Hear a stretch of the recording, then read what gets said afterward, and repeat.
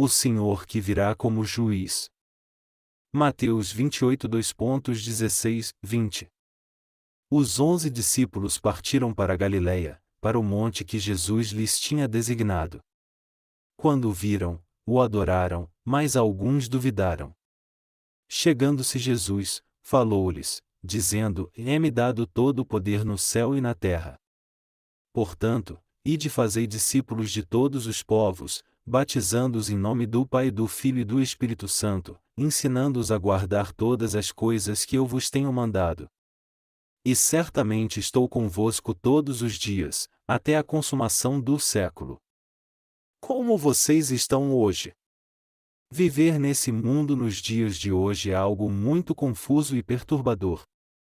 O preço do petróleo alcançou os $60 por barril e muitos dizem que logo ele chegará a $100. A lei que permite a introdução do código de barras sob a pele das pessoas passou nos Estados Unidos. E constantemente nós também ouvimos notícias sobre todo tipo de desastres naturais e da gripe aviária, entre outras doenças contagiosas. Esse é realmente um mundo muito sinistro. Verdadeiramente, o futuro do mundo está em decadência. Tudo perdeu a esperança. Tudo no mundo está ruindo, incluindo a economia e a política. Nesses dias o nosso país também está agitado por causa da eleição presidencial. Agora mesmo, a Coreia, o nosso país, está agitada com a possibilidade de o candidato de um partido minoritário se tornar o próximo presidente ou não. E toda a sociedade está inquieta porque a batalha pelo poder político está sendo duramente travada. Está sendo travada uma batalha desenfreada. O pessoal da política quer ter qualquer tipo de poder pensando que ainda há esperança para este mundo. É triste os ver lutando para satisfazer sua própria carne, e não pelo bem dos outros. Por isso é que não podemos nos guiar pela tendência desse mundo. Realmente não há esperança neste mundo, a esperança está somente em Jesus Cristo. O livro de Apocalipse declara que Deus mandará 7 catástrofes a este mundo no fim dos tempos. Jesus recebeu de Deus Pai o livro dos 7 selos, e uma catástrofe acontece cada vez que ele abre um selo. Até a 5ª catástrofe as pessoas chegarão quase à sua destruição total, mas elas serão forçadas a receber a marca por volta da 6ª catástrofe, que continuará caindo do céu. O sofrimento será tão grande que as pessoas pedirão para que o monte caia sobre elas.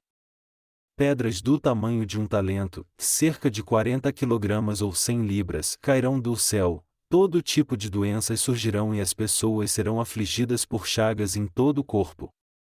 Haverá mártires nesse tempo. O 7º anjo trará a última catástrofe que irá mudar os continentes de lugar. As ilhas mudarão de lugar e a terra fenderá, mudará de lugar e a geografia atual do mundo inteiro será transformada. E uma grande estrela ardendo como uma tocha cairá sobre a fonte das águas e muitos morrerão por causa do seu amargor. A palavra de Deus declara que então 1/3 de todos os seres viventes e das pessoas morrerão. A verdade é que esse tempo em que vivemos é o tempo do qual fala o livro de Apocalipse como sendo o tempo próximo do final dos tempos. A palavra em Apocalipse é mesmo deprimente e esse é o tempo em que vivemos. Após acabar a exortação das 7 igrejas da Ásia, Jesus levou o apóstolo João aos céus e mostrou-lhe o que aconteceria, e ele se manifestou como o Rei dos Reis. O Apocalipse mostra ao apóstolo João a cena de Jesus sentado em um alto e sublime trono, e Jesus abrindo os 7 selos como juiz. Portanto, os 7 selos representam Deus desvelando a história e o período das 7 catástrofes. Está escrito que haverá o período do cavalo branco, o período do cavalo vermelho, o período do cavalo preto, o período do cavalo amarelo e agora é o período do cavalo preto. O período da guerra e da fome é o período do cavalo preto. Está escrito que 1/4 de trigo custará 1 denário e 3/4 de cevada custarão 1 denário nessa época. Apocalipse 6:06. Nesse período, o período do cavalo preto, é o período da fome onde as pessoas terão que pagar muito caro pela comida. E então o anticristo aparecerá, e haverá uma catástrofe, pois ele matará muitas pessoas e as forçará a receber sua marca. E o martírio e o arrebatamento virão para os justos nesse período. O arrebatamento acontecerá quando o Senhor vier e levar os justos após a metade dos 7 anos de tribulação. A Bíblia diz que os justos serão arrebatados e irão para o reino milenial e para o reino eterno dos céus, e os pecadores irão para o inferno onde irão sofrer o castigo eterno. Vocês sabem o que está escrito bem no final das Escrituras? Vamos ver juntos os últimos versículos do último capítulo de Apocalipse. Vamos ler os versículos de 18 a 21 juntos. Eu advirto a todo aquele que ouvir as palavras da profecia deste livro, e se alguém lhes acrescentar alguma coisa, Deus lhe acrescentará as pragas que estão escritas neste livro. E se alguém tirar quaisquer palavras do livro desta profecia, Deus lhe tirará a sua parte da árvore da vida, e da cidade santa, que estão escritas neste livro. Aquele que dá testemunho destas coisas diz: certamente cedo venho. Amém. Vem, Senhor Jesus. A graça do Senhor Jesus seja com todos. Amém. Amém. Quando o Senhor diz: certamente cedo venho, o apóstolo recebeu a palavra e respondeu: Amém. Vem, Senhor Jesus. A graça do Senhor Jesus seja com todos. Amém. O apóstolo João ansiava pela vinda do Senhor. O povo justo que nasceu de novo da água e do Espírito também aguarda a vinda do Senhor. Quando o Senhor voltar novamente, todas as profecias escritas em Apocalipse se cumprirão na vida dos que receberam a remissão de pecados, exatamente como elas foram relatadas. Os que nasceram de novo pela água e pelo Espírito jamais receberão a marca dos 666 e ainda irão para o reino milenial como reis. Há algo que devemos fazer antes desse tempo chegar. Nós que recebemos a remissão de pecados, devemos fazer discípulos de todas as nações e batizá-los em nome do Pai, do Filho e do Espírito Santo e testemunhar o Evangelho até os confins da terra. A única coisa que os justos devem fazer desde o fim dos tempos até o reino milenial é pregar o Evangelho da água e do Espírito. Nós manteremos nossa fé até o fim dos tempos e viveremos como reis por 1000 anos no reino milenial, quando nosso Senhor vier a este mundo. Na realidade, que esperança nós temos nesses tempos? Não há mesmo esperança nesse mundo. Nós demos o nome de nossa igreja na cidade de Choonchon de Igreja da Esperança por aguardarmos pela segunda vinda do Senhor, por aguardarmos pelo reino milenial e por aguardarmos pelo reino dos céus. Agora, a única coisa que temos que fazer é pregar o Evangelho aos confins do mundo.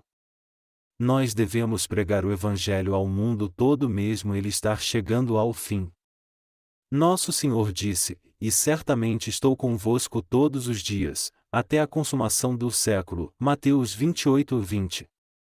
Por isso é que não temos que nos preocupar com esse mundo estar chegando ao fim.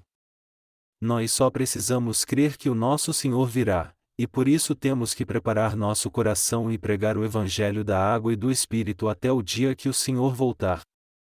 Os obreiros de Deus têm que se casar e ter um ministério, batizar os nascidos de novo em nome do Pai, do Filho e do Espírito Santo, fazer discípulos de todas as nações, pregar o Evangelho da água e do Espírito, dar o seu melhor, e viver triunfando nesse mundo. Nós só temos que viver dessa forma e ir com o Senhor quando Ele voltar novamente. Como os acontecimentos futuros são óbvios. Acontecerá tudo exatamente como está escrito. O início do fim do mundo virá com as guerras e fomes. Virá o início da grande tribulação e depois a imposição da marca 666 no meio da tribulação, e aqueles que rejeitarem a marca enfrentarão a morte. E depois disso o Senhor virá e nos levará para o céu. Primeiro, a colocação da marca 666 será voluntária, mas depois será impossível comprar ou vender alguma coisa sem a marca, e aqueles que até o último instante não receberem a marca, enfrentarão a morte. Nesse tempo, o Anticristo aparecerá e dirá para todos o adorarem, mas nós o resistiremos até o fim. O mundo se unirá como uma só nação com o Anticristo na liderança, e a marca 666 será fundamental para governar o povo. O Anticristo se levantará como o líder do mundo todo e ele será essencial na política. Ele fará com que todos tenham a marca em sua mão direita ou na testa para ter o controle sobre eles. Na verdade, o trabalho de pôr a marca será preparado secretamente. Eles terão tudo preparado e tentarão criar gradativamente uma atmosfera positiva, com um método menos ofensivo possível para pôr a marca. Mas nós que nascemos de novo da água e do Espírito não receberemos a marca até o fim, porque a marca é o ingresso para o inferno. Nós só seremos arrebatados se tão somente ficarmos firmes até a vinda do Senhor, aí Ele nos levará. Como está escrito em Apocalipse 14h13, bem-aventurados os mortos que desde agora morrem no Senhor, será muito difícil suportar a tribulação. Mas nós não estamos com medo porque o Senhor prometeu estar conosco até a consumação dos séculos. Nós chegaremos ao fim após vivermos nesse mundo pregando o Evangelho como fazemos agora, e uma coisa que está clara é que o Senhor está conosco. Por isso é que não temos que nos preocupar muito. Mas devemos nos preocupar em como devemos viver nesse período de fim de mundo iminente. A Terra está seguindo seu curso e a tribulação está próxima, então o desafio mais importante é como devemos viver se quisermos manter a fé. Devemos pregar o Evangelho ao mundo todo até entrarmos no paraíso, o reino milenial, e o reino eterno do novo céu e nova terra. Nossa última tarefa é empregar todos os nossos esforços para expandir o reino de Deus antes de encontrarmos o Senhor. Muitas dificuldades virão. Devemos viver com fé agora, para que possamos suportar até o fim. E a Bíblia diz que aqueles que viverem segundo a fé serão guardados da hora da tribulação, Apocalipse 3h10. Por isso é que temos que viver com fé. Durante o fim dos tempos, precisamos guardar a nossa fé crendo no Evangelho da água e do Espírito de coração, mantendo-o firme ao invés de trazer tumulto para a igreja por causa do medo da tribulação. Eu estou falando de antemão sobre o tempo que virá, para que vocês possam estar preparados com fé, e não para assustá-los falando da tribulação do final dos tempos e nem para que vocês tragam todos os seus bens para a igreja. Eu não quero que vocês tragam todo o seu dinheiro, casa ou bens para a igreja. Pelo contrário, eu peço que vocês gerenciem bem suas finanças e sirvam ao Evangelho bem também, para que não tenham nenhuma preocupação com comida ou outras necessidades básicas, pois o tempo da vinda do Senhor está próximo. Eu não tenho nenhum outro motivo oculto. Eu só penso em como poderemos pregar esse Evangelho da água e do Espírito dentro e fora do país e para a sua família também, e em como faremos mais almas ouvirem ao Evangelho. Eu acho que o nosso desafio é ajudar as pessoas do mundo a entender e crer no Evangelho da água e do Espírito. E eu creio nisso também. Hoje nós pregamos o Evangelho da água e do Espírito no mundo todo. Agora não há muitas pessoas que aceitam o Evangelho, mas a colheita será grande nos dias que virão. Cerca de 4.000 pessoas visitam nossa página na internet todos os dias. Mas, como isso é pouco comparado a 60 bilhões de pessoas no mundo todo. Mas o Senhor disse que no fim dos tempos ele plantará 2 oliveiras e pregará o Evangelho com toda determinação. Por isso é que eu creio que muitos passarão a crer nesse tempo e também muitos serão martirizados. Eu creio que se nós neste momento plantarmos as sementes pregando o Evangelho da água e do Espírito, todos aqueles que não o receberam agora e que ainda nos perseguem, irão crer nele quando os desastres começarem a acontecer. Quando houver uma mudança nas condições climáticas da Terra e os terremotos surgirem, eu creio que muitos se lembrarão do Evangelho da água e do Espírito que nós pregamos, e finalmente passarão a crer no Evangelho da verdade, porque a palavra no livro de Apocalipse declara que um incontável número de pessoas vestidas com vestes brancas ficará diante do Senhor. Apocalipse 7:9-14. O apóstolo João, que escreveu o livro de Apocalipse, sabia desse fato também. Isso significa que não havia muitos no mundo que haviam recebido a remissão de pecados, mas uma multidão de pessoas de todas as nações, tribos, povos e línguas crerão em meio à tribulação e receberão a salvação através de seu martírio. Haverá muitos no futuro que crerão no Evangelho que nós pregarmos se o pregarmos poderosamente agora enquanto ainda podemos. Esse Evangelho será pregado pelo mundo porque essa é a vontade do Senhor. Jesus pode alcançar alguém em algum lugar totalmente improvável mesmo se poucos de nós falarmos desse Evangelho de um local isolado. Tudo o que temos que fazer é pregar as boas novas. Você irá para o céu somente se nascer de novo da água e do Espírito. Por isso é que você precisa crer no Evangelho da água e do Espírito. Eu creio que então, muitas pessoas receberão a remissão de pecados até o fim dos tempos. Por isso é que nós estamos continuamente pregando o Evangelho com as condições que temos, e fazendo nosso melhor para pregar o Evangelho para outras nações através do nosso ministério de literatura. Não devemos ficar inquietos apesar do tempo da vinda do Senhor estar próximo, e devemos viver sendo fiéis e zelosos a cada dia com nossas mentes voltadas para a pregação do Evangelho. Com um só pensamento, nós devemos usar tudo para a pregação do Evangelho. Será bom o bastante mantermos nossa posição atual no mundo e dar tudo o que temos ao Senhor para a pregação do Evangelho. Isso é o melhor que temos a fazer. Nós só teremos que ir para o Senhor quando Ele vier, após termos dado nossa mente, coração e tempo para a pregação do Evangelho. Apesar de Deus suprir todas as nossas necessidades materiais, não podemos esquecer que devemos dar ao Senhor tudo o que pudermos. Não importa quanta riqueza acumulemos nesse mundo, nós não poderemos usá-las quando o Senhor voltar. É na verdade uma bênção podermos dar tudo o que pode ser usado para a valiosa obra de pregar o Evangelho. Eu posso lhes falar com toda a sinceridade que devemos nos encontrar com o Senhor após servirmos e pregarmos amplamente o Evangelho enquanto estamos vivendo abundantemente nessa terra.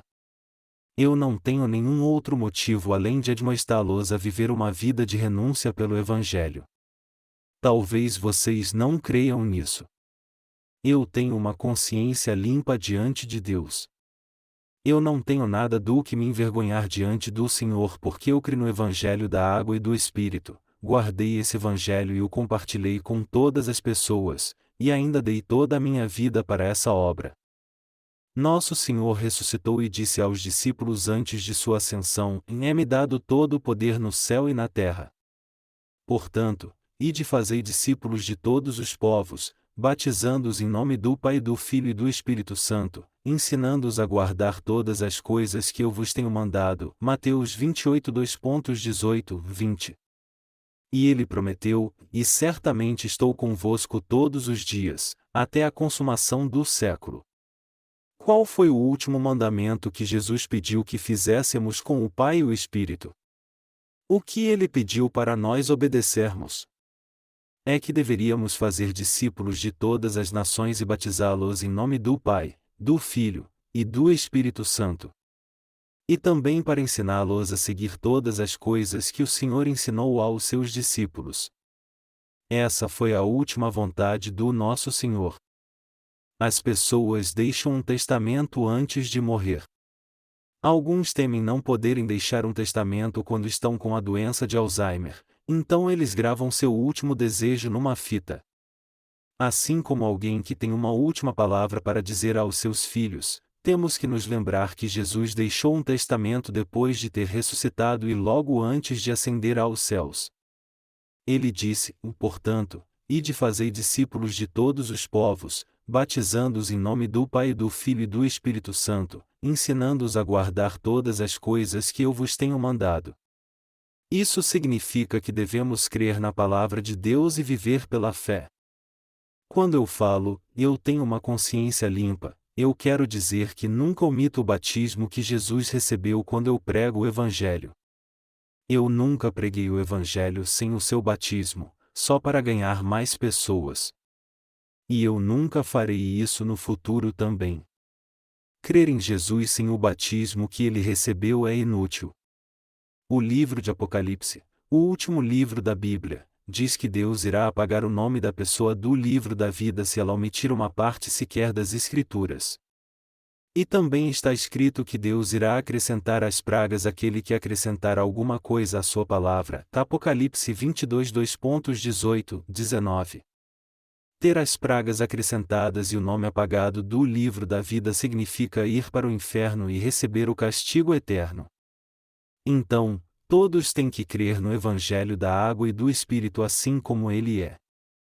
Como a pessoa ficará satisfeita ao receber o veredicto de inocente por um pecado que a levava a crer que era culpada, e que a envergonhava e atribulava a cada dia? O sentimento de liberdade será indescritível.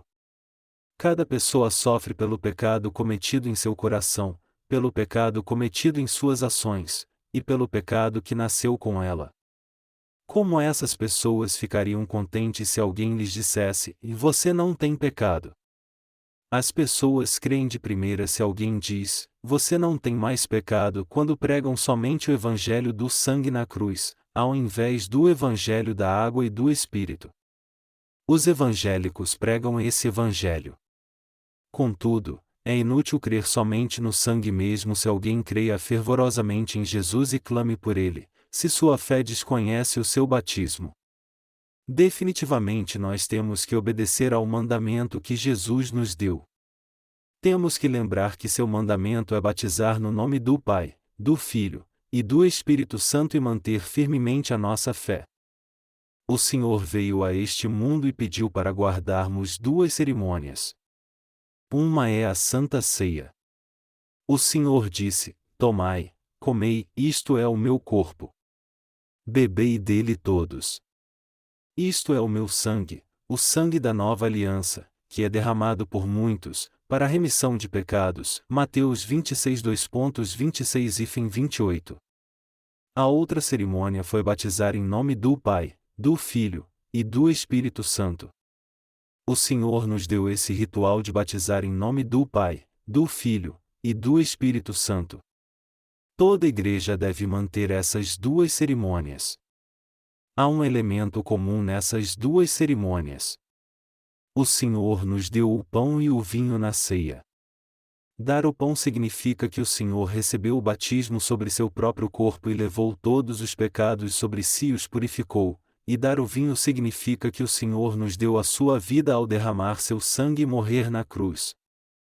A cerimônia do batismo que o Senhor estabeleceu tem o mesmo significado. Quando pregarmos o Evangelho da água e do Espírito a todas as nações e os fizermos receber a remissão de pecados que os fará discípulos, o Senhor nos disse para batizar em nome do Pai, do Filho e do Espírito Santo. O Senhor planejou essa salvação e o próprio Filho cumpriu o plano do Pai ao vir a este mundo, recebendo o seu batismo, derramando seu sangue na cruz e ressuscitando. E o Espírito Santo entra no coração dos crentes do Evangelho como conselheiro e os sela dizendo: "E sim, sua fé está certa", e confirma a fé deles. Por isso é que nós cremos e pregamos a divindade de Jesus, seu nascimento, batismo, morte, ressurreição e segunda vinda. Não importa o quanto estejamos fracos, nós cremos que os nossos pecados foram transferidos para Jesus ao receber o batismo. Nós também cremos e pregamos que Jesus pagou por todos os pecados do mundo quando recebeu seu batismo, derramou seu sangue e morreu na cruz. Aquele que prega esse evangelho verdadeiramente é alguém que tem uma consciência limpa. Aquele que tem a consciência de um ladrão diz que não tem nenhum pecado, mesmo pregando somente o sangue da cruz e omitindo o batismo de Jesus. Eles se agarram ao seguinte pensamento: quando um casal se casa, eles não estão casados mesmo que não se sintam assim, apesar de já terem se casado. Apesar de não se sentirem assim, casamento é casamento. E a evidência do casamento é que eles chamam um ao outro de querido. Apesar de não haver um sentimento de que estão casados, casamento é casamento. Da mesma forma, mesmo não tendo a confirmação em seu coração, a pessoa recebe a salvação somente por crer em Jesus. Se alguém recebe Jesus como seu Salvador e o chama meu Senhor, essa é a evidência de que ele ou ela foi salvo. Muitos no mundo creem e pregam o Evangelho dessa forma. Mas na verdade, isso é um absurdo total. O Senhor levou sobre si todos os pecados do mundo ao receber seu batismo. Foi assim que todos os nossos pecados foram transferidos para Jesus, e por isso nós vivemos sem pecado e pregamos o Evangelho da remissão de pecados para as pessoas. Como pode haver pecado se o batismo de Jesus levou todos eles sobre si de uma vez por todas? Crer somente no sangue de Jesus é tirar um elemento da palavra de Jesus, e por isso os que pregarem esse meio evangelho terão os seus nomes riscados do livro da vida. Isso não é um completo absurdo. Você não deve crer somente no sangue da cruz. O que devemos fazer até a segunda vinda do nosso Senhor é fazer discípulos de todas as nações e batizá-los em nome do Pai, do Filho e do Espírito Santo.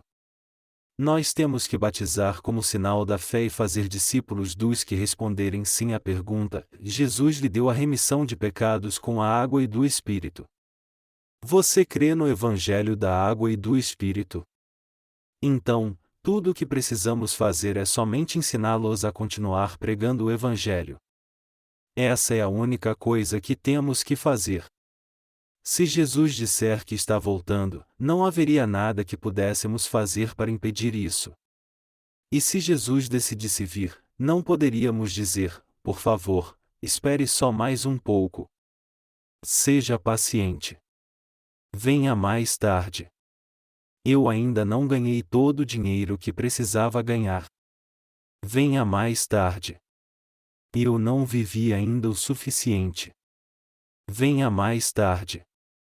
Essa alegação boba não surtiria nenhum efeito porque ele virá quando ele disse que voltaria e ele irá quando ele disse que iria. A Bíblia diz: Deus não é homem para que minta, nem filho do homem para que se arrependa. Porventura tendo ele dito não o fará, ou tendo falado não o realizará. Números 23h19. O Senhor é o verdadeiro Deus que prometeu que salvaria a humanidade, e realmente salvou a todos perfeitamente. Por causa disso, nós que vivemos no final dos tempos, temos que nos lembrar que devemos viver nesse mundo pregando o Evangelho até aquele grande dia. Essa é a única coisa que devemos fazer, a única coisa que temos que guardar, a única coisa que temos de nos preocupar, e a única coisa que temos que servir. Não há nada mais para nós. O que mais haveria?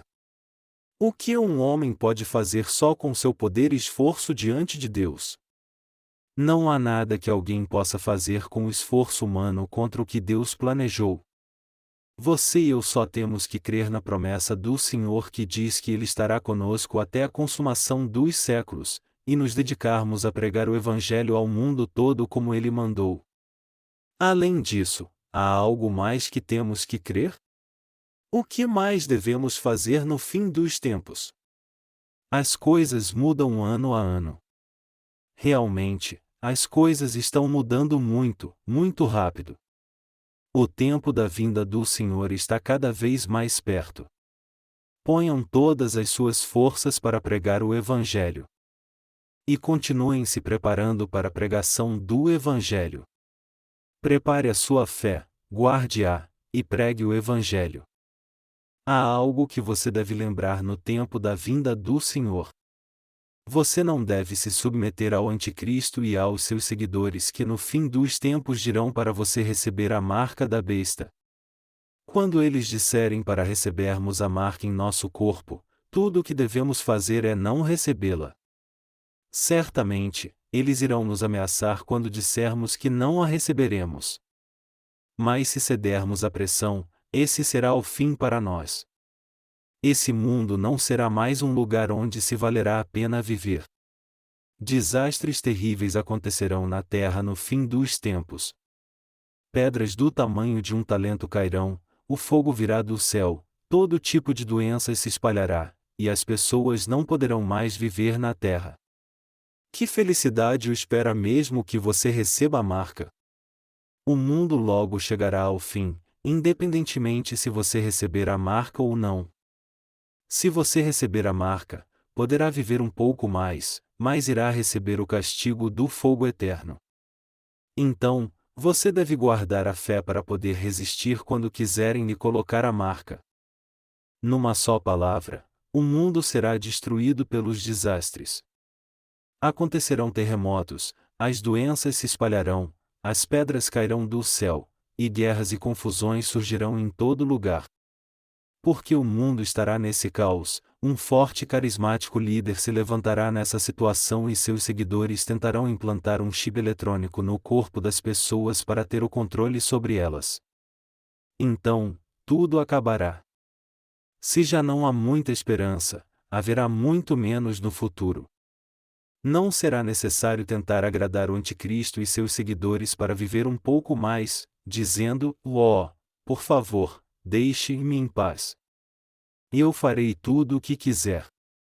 Eu estou me preparando para viver sem o apoio do governo e do mercado. Sabendo que o fim do mundo está próximo, eu vou me preparar para ele. Como eu vou me preparar para isso? Isso é um segredo. Nós só precisamos voltar a viver do jeito antigo de cultivar nossa comida, e poder viver mesmo se não tivermos mais luz elétrica e não pudermos comprar gasolina. Provavelmente essas coisas acontecerão no fim dos tempos. Deverá ter um carro com alto-falante andando pela vizinhança anunciando: "Fulano e Cicrano de tal do endereço tal, saiam para receber a sua marca." Ah não, eu não vou receber isso. Porque eu tenho que recebê-la. Eu não quero. Então você não terá sua porção diária de comida. Mesmo assim, eu não vou receber isso. Então, o que você vai comer para sobreviver? Simplesmente não a põe em mim. Eu vou morrer de fome. Nós veremos se você receberá a marca ou não. Mais cedo ou mais tarde você irá receber se nós não lhe dermos comida. Assim, torne tudo mais fácil para você e receba a marca. Se você não quiser me dar comida, não dê. O mundo se ficará uma confusão e será destruído de uma tal maneira que as pessoas não poderão mais viver nele. Por isso é sábio guardar a fé até o fim e ir para o reino do Senhor, e estúpido trair a fé só para ter uma refeição a mais. Nosso corpo pode achar difícil suportar, mas não devemos nos preocupar porque o Senhor estará conosco nessa hora. Eu era uma criança logo assim que a Guerra da Coreia acabou, e não havia muito que comer porque a nação inteira estava em ruínas. Sobreviver era muito difícil. Era difícil conseguir arroz. Nós iremos passar ainda mais fome no fim dos tempos, mas nossa fé não pode esmorecer porque o Senhor estará conosco nessa hora. Ele disse que estaria sempre conosco até a consumação dos séculos. Não se preocupe, pois o Senhor nos dará sabedoria e um meio de viver nessa hora. Devemos dar o nosso melhor para pregar o Evangelho da água e do Espírito nesse tempo para que possamos guardar nossa fé até o dia que formos para o Senhor. Mesmo agora o Senhor está conosco. O Senhor está conosco quando somos prósperos, o Senhor está conosco quando estamos rindo e nos divertindo, e o Senhor está conosco mesmo quando estamos sofrendo e passando por tempos difíceis. Não acontece o mesmo com você? O Senhor está com você quando as coisas estão indo bem e o Senhor está com você quando você está sofrendo. O Senhor está sempre com você, certo? O Senhor nos prometeu, e certamente estou convosco todos os dias, até a consumação do século. Então, não se preocupe muito com o fim dos tempos, e só tenha em mente que devemos pregar o Evangelho agora, enquanto ainda podemos.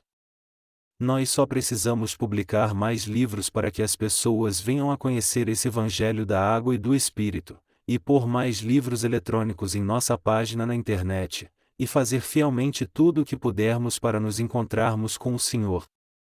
O maior problema é não saber que esse é o final dos tempos, não crer no Evangelho da água e do Espírito, e continuar a viver com o pecado. Quando o Anticristo aparecer no final dos tempos e disser que devemos pôr a marca, os que não creem no Evangelho da água e do Espírito serão os primeiros a ter a marca estampada. Eles rirão dos que não quiserem ter a marca, e dirão: e eles não sabem que morrerão se não quiserem receber a marca. Eu serei o primeiro a recebê-la. Mesmo aqueles que creem no Evangelho da Água e do Espírito serão rejeitados pelo Senhor se voluntariamente receberem a marca. O Senhor dirá: e você está me negando? Eu também não te conheço. A sua salvação está anulada. Está feito. Nós podemos superar bem o fim dos tempos com a força que o Senhor nos deu. O Senhor nos diz e nos ensina claramente o que fazer. Naqueles dias, parecerá que não conseguiremos suportar a perseguição, a tortura e a intimidação. Mas o Senhor que está conosco nos dará coragem e dirá: e seja forte e corajoso. Eu estou com você. Logo você estará comigo no paraíso. Então nós diremos: ei, seus filhos do diabo, matem-me se quiserem. Eu louvo a Jesus como a nossa compatriota Kang Sun-yeol louvou na independência da Coreia quando ela estava na prisão durante o período colonial do Japão. Ameacem-me o quanto quiserem. Eu não vou piscar nenhum olho. Por que nós teríamos medo da morte? Em breve nós iremos para o reino dos céus viver com o Senhor para sempre. Se nós ficarmos firmes contra eles dessa forma, os servos do diabo que estavam nos ameaçando ficarão ainda mais assustados. Provavelmente eles dirão: e eu vou matar vocês agora mesmo. Vocês, seus tolos insensatos, então atirarão em nós e nos matarão. E nós iremos morrer de uma vez. O Senhor perderá para Satanás?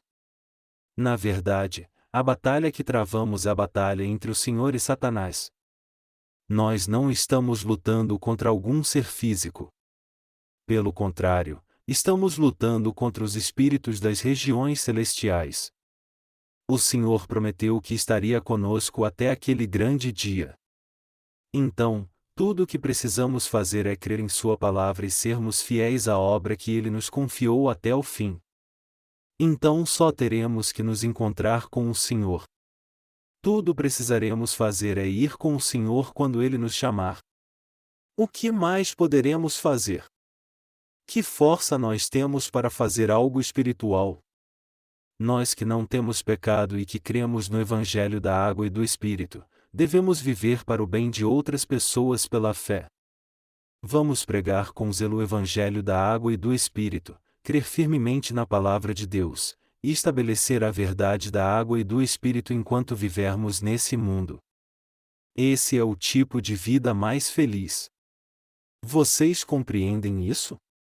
O que eu quero alertar é que vocês precisam encontrar o Senhor após crerem verdadeiramente na Palavra de Deus e pregarem com zelo o Evangelho da Água e do Espírito.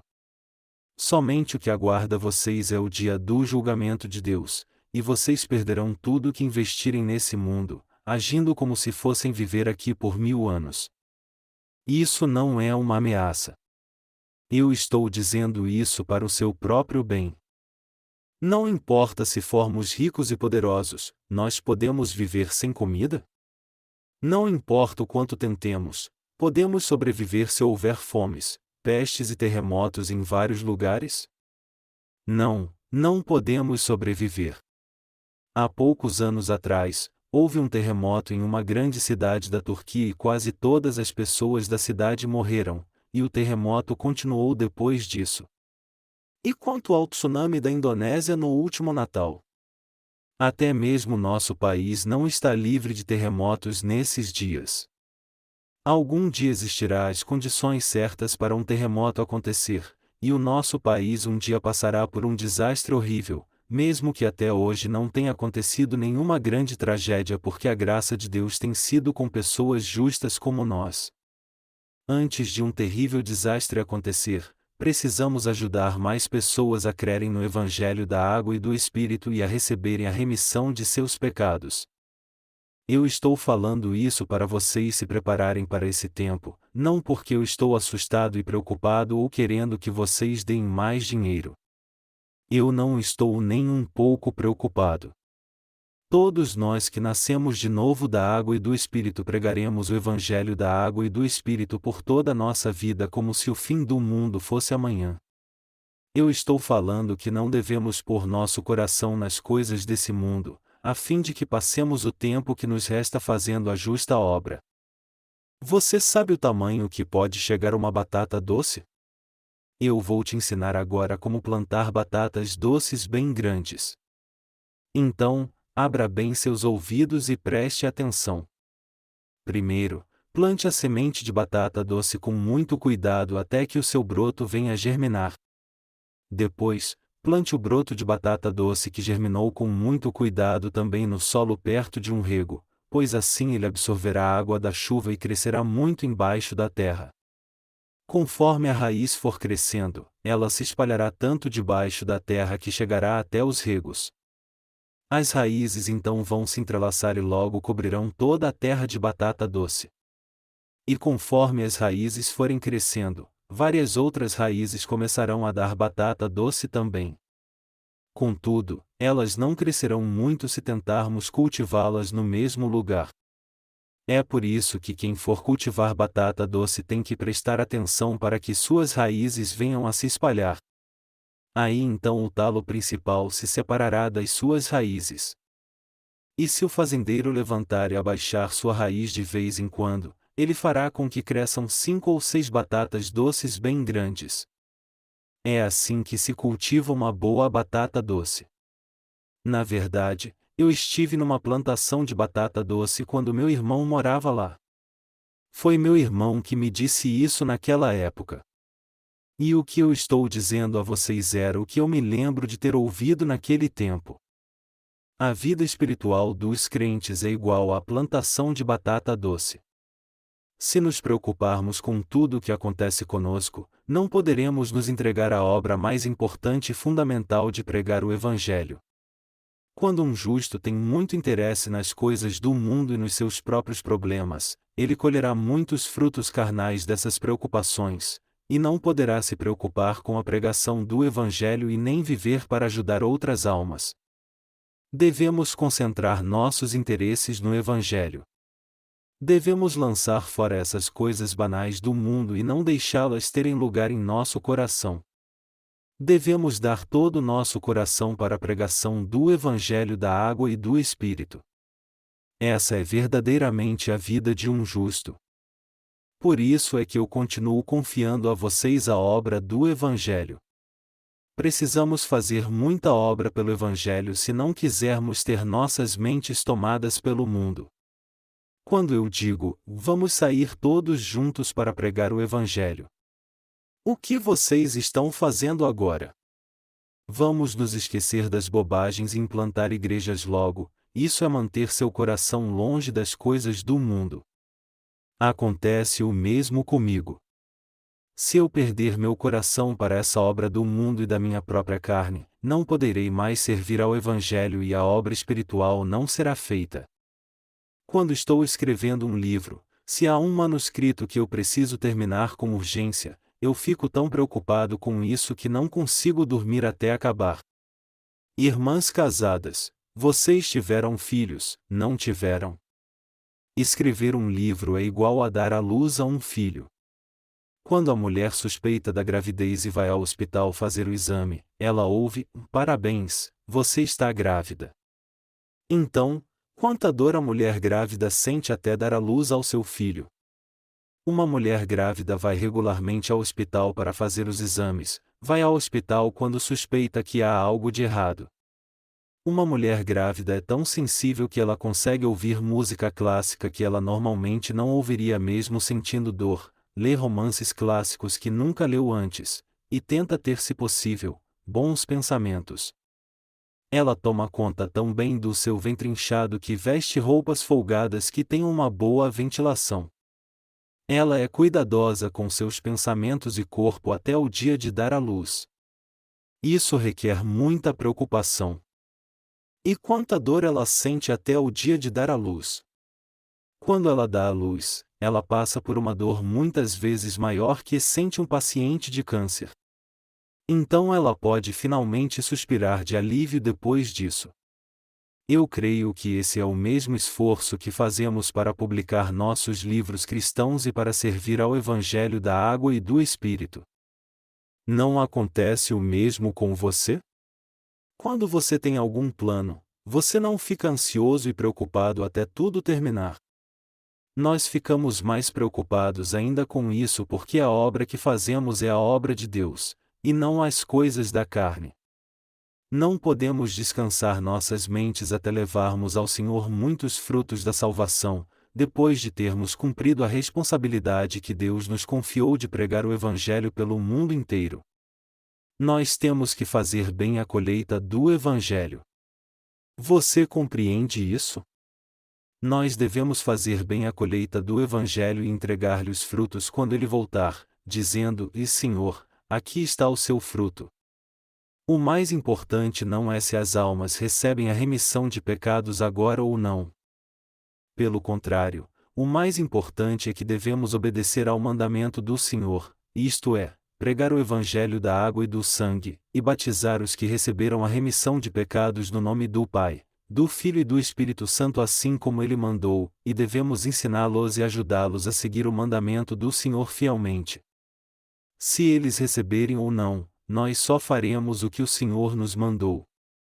Eu fui a um hospital hoje para pregar o Evangelho para os pacientes de lá, e enquanto a pessoa que estava sendo convidada ao Evangelho ouvia atentamente, o que estava próximo a ele ficou muito aborrecido mostrando seu descontentamento. E a pessoa que estava ouvindo o Evangelho disse: Não se preocupe com ele estava desse jeito ontem também.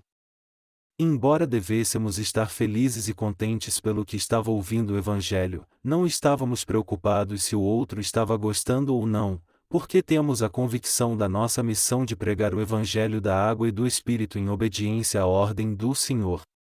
Nosso trabalho é fazer o melhor que pudermos para continuar a obra que nosso Senhor nos confiou, e se as pessoas crerem e receberem ou não a remissão de pecados, e continuarem vivendo como pecadores, isso é de responsabilidade da pessoa que ouviu a verdade de nós. Pregar o Evangelho da água e do Espírito é para as pessoas que não receberam a remissão de pecados, mas às vezes, aqueles que ouvem isso não sabem disso. Isso machuca muito nosso coração, mas não iremos parar com a obra do Senhor de pregar a verdade da remissão de pecados, o Evangelho da água e do Espírito, para todas as pessoas do mundo. Essa foi a obra confiada a nós e eu creio que ela irá continuar segundo a vontade do Senhor que nos enviou. Os que nasceram de novo por crerem no Evangelho da água e do Espírito vivem nessa terra para fazer a vontade do Senhor. Por isso que a Igreja de Deus é aqui. A Igreja é uma organização estabelecida para fazer o que o Mestre manda. A Igreja não é uma instituição para o mundo ou para as coisas da carne. A Igreja é uma instituição que faz a obra do Senhor. Por isso é que os membros dela vivem com o propósito de cumprir a ordem do Senhor até a sua volta. E não iremos nunca perder a fé que crê na palavra do Senhor. Então, não temos que nos preocupar com quando o Senhor voltará. Resumindo, os desastres acontecerão diante dos seus olhos assim como está escrito em Apocalipse, e você sentirá a realidade da palavra em sua própria pele.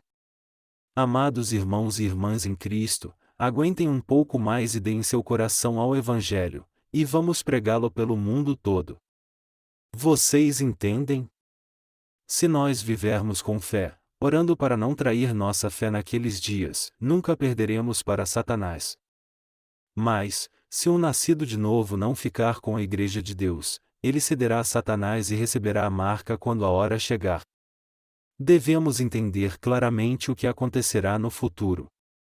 Devemos viver nesse mundo sabendo das consequências. Você compreende que o que quer que façamos, devemos viver no presente com o devido entendimento das consequências. O que quer que façamos, devemos viver para o Evangelho do Senhor. Podemos guardar nossa fé se entendermos que fomos predestinados a viver pelo Evangelho e seguir vivendo com essa fé. Não devemos nunca nos esquecer da nossa tarefa. Não vamos nos preocupar com mais nada, e vamos pregar o Evangelho da água e do Espírito até o dia da volta do Senhor. Aleluia!